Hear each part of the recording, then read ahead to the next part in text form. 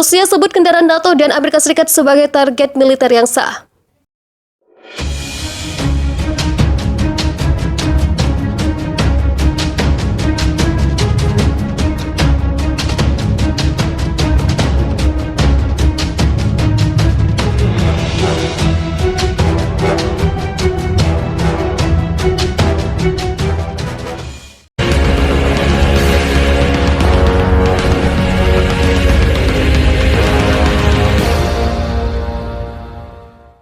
Rusia menyebut bahwa kendaraan Amerika Serikat dan NATO yang digunakan untuk sebagai pemasok senjata ke Ukraina adalah target militer yang sah. Seperti pernyataan yang diucapkan Wakil Menteri Luar Negeri Sergei Ryabkov pada sebuah wawancara. Dalam pernyataan tersebut, Ryabkov mengatakan bahwa segala jenis upaya yang dilakukan oleh Barat untuk menimbulkan kerusakan pada militer Rusia dan sekutunya di Ukraina akan ditindak tegas. Kami memperingatkan bahwa pengangkutan senjata Amerika Serikat NATO melintasi Ukraina akan dianggap sebagai target militer yang sah, ucap Ryabkov. Ryabkov juga menambahkan bahwa hal ini dilakukan agar Amerika Serikat dan Barat paham jika segala upaya yang mereka lakukan untuk menghambat operasi militer Rusia akan ditindak dengan keras. Apalagi jika tindakan tersebut nantinya menyebabkan kerusakan di Republik Rakyat Donetsk dan Republik Rakyat Luhansk. Tetapi menanggapi pernyataan ini, Robert G. Bell, pejabat NATO sekaligus Profesor Samnun School of International Affairs di Georgia Tech University, menyebut bahwa Rusia akan mendapatkan hambatan. Sebab pengiriman senjata ini bisa dilakukan dengan sembunyi-sembunyi atau disamarkan, karena NATO juga memiliki jaringan spionase di tempat kejadian untuk menentukan konvoi. Tidak mudah untuk menghentikan aliran bantuan ini seperti yang terlihat. Hal-hal seperti amunisi dan rudal yang ditembakkan dari bahu dapat diangkut dengan truk yang terlihat seperti truk komersial lainnya. Dan truk-truk yang membawa amunisi yang ingin dilarang oleh Rusia hanyalah sebagian kecil dari arus barang dan perdagangan yang jauh lebih besar bergerak di sekitar Polandia dan Ukraina, ucap Stephen Bindel, seorang profesor hubungan internasional dan publik di Universitas Columbia. Menurutnya, untuk melakukan serangan dalam mencari senjata yang akan dikirim ke Ukraina oleh Amerika Serikat dan negara barat, Rusia diibaratkan seperti sedang mencari jarum dalam tumpukan jerami yang sangat besar. Dikutip Hubs.id, dari laman AP News, berbagai persenjataan dari Barat memang dikirim ke Ukraina untuk membantu melawan serangan Rusia. Jumlah dari Amerika Serikat saja terdapat 12.000 senjata untuk menepis serangan kendaraan lapis baja, 1.400 tanker yang bisa digunakan menembak jatuh pesawat, dan lebih dari 50 juta amunisi lainnya. Bahkan Rabu lalu, Presiden Amerika Serikat Joe Biden juga baru saja menyetujui pengiriman bantuan senilai 800 juta US dollar, termasuk artileri dan helikopter.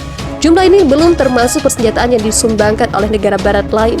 Tetapi meski mendapatkan banyak sekali bantuan senjata dari Barat dan Amerika Serikat, Ukraina masih belum dipastikan akan menang melawan kekuatan Rusia yang dinilai jauh lebih besar.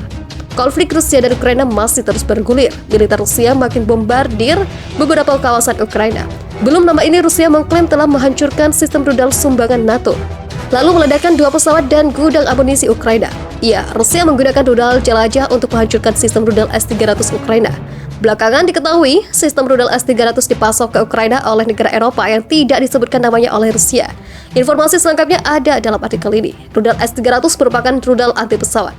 Kementerian Pertahanan Rusia mengklaim Moskwa telah meluncurkan rudal jelajah kaliber terhadap 4 peluncur S-300 yang disembunyikan. Kementerian Pertahanan Rusia mengklaim Moskwa telah meluncurkan rudal jelajah kaliber terhadap 4 peluncur S-300 yang disembunyikan di hanggar di pinggiran kota Dnipro, Ukraina. Rusia mengatakan 25 tentara Ukraina terkena serangan itu. Rudal kaliber yang diluncurkan dari laut dengan presisi tinggi menghancurkan peralatan divisi rudal anti pesawat S-300 yang telah dikirim ke rezim Kiev oleh negara Eropa, kata kementerian itu dilansir dari Reuters. Rusia tidak mengatakan negara Eropa mana yang memasuk sistem S-300. Negara anggota NATO, Slovakia, yang telah menyumbangkan sistem rudal semacam itu ke Ukraina, mengatakan bahwa senjata yang dipasoknya tidak terkena. S-300 kami tidak hancur, kata juru bicara pemerintah Slovakia, Lubika Janikova. Kementerian Pertahanan Rusia mengklaim pasukan Moskwa juga telah menembak jatuh 2 pesawat Su-25 Ukraina di dekat kota Izium dan menghancurkan 2 gudang amunisi, salah satunya di dekat kota selatan Mykolaiv. Militer Ukraina tidak segera menanggapi permintaan komentar. Slovakia mengumumkan bahwa mereka telah menyumbangkan satu-satunya baterai S-300 ke Ukraina. Sistem senjata itu adalah bagian dari persenjataan warisan anggota NATO dari masa lalu Soviet. Tidak jelas berapa banyak kendaraan yang dikirim Slovakia ke Ukraina. Baterai S-300 biasa dapat memiliki sedikitnya 4 hingga 12 peluncur menggunakan radar tunggal untuk mengidentifikasi target dan dikendalikan oleh satu pos komando. Dikutip dari tribunnews.com dengan judul artikel Amerika Serikat akan pasok senjata yang dibutuhkan Ukraina untuk kalahkan Rusia. Hal itu Amerika lakukan untuk mencegah Rusia merebut lebih banyak wilayah dan menargetkan warga sipil, serangan yang disebut Washington sebagai kejahatan perang. Kami akan memberikan Ukraina senjata yang dibutuhkan untuk mengalahkan Rusia, untuk menghentikan mereka mengambil lebih banyak kota-kota di mana mereka melakukan kejahatan ini, kata Sullivan, sebagaimana dikutip dari CNN. Berbicara di Meet the Press and NBC News, Sullivan mengatakan Amerika Serikat bekerja sepanjang waktu untuk mengirimkan senjata kita sendiri dan mengatur dan mengordinasikan pengiriman senjata dari banyak negara lain. Senjata datang setiap hari, kata Sullivan, termasuk hari ini. Amerika Serikat telah mengirimkan bantuan militer senilai 1,7 miliar dolar Amerika Serikat ke Ukraina sejak Rusia melancarkan invasi pada 24 Februari, kata Gedung Putih pekan lalu. Pengiriman senjata termasuk rudal anti-pesawat Stinger dan anti-tank Javelin serta amunisi dan pelindung tubuh. Tetapi, para pemimpin Amerika Serikat dan Eropa ditekan oleh Presiden Ukraina Volodymyr Zelensky untuk menyediakan senjata dan peralatan yang lebih berat untuk menghadapi Rusia di wilayah timur negara itu, di mana Rusia diperkirakan akan meningkatkan upaya militernya.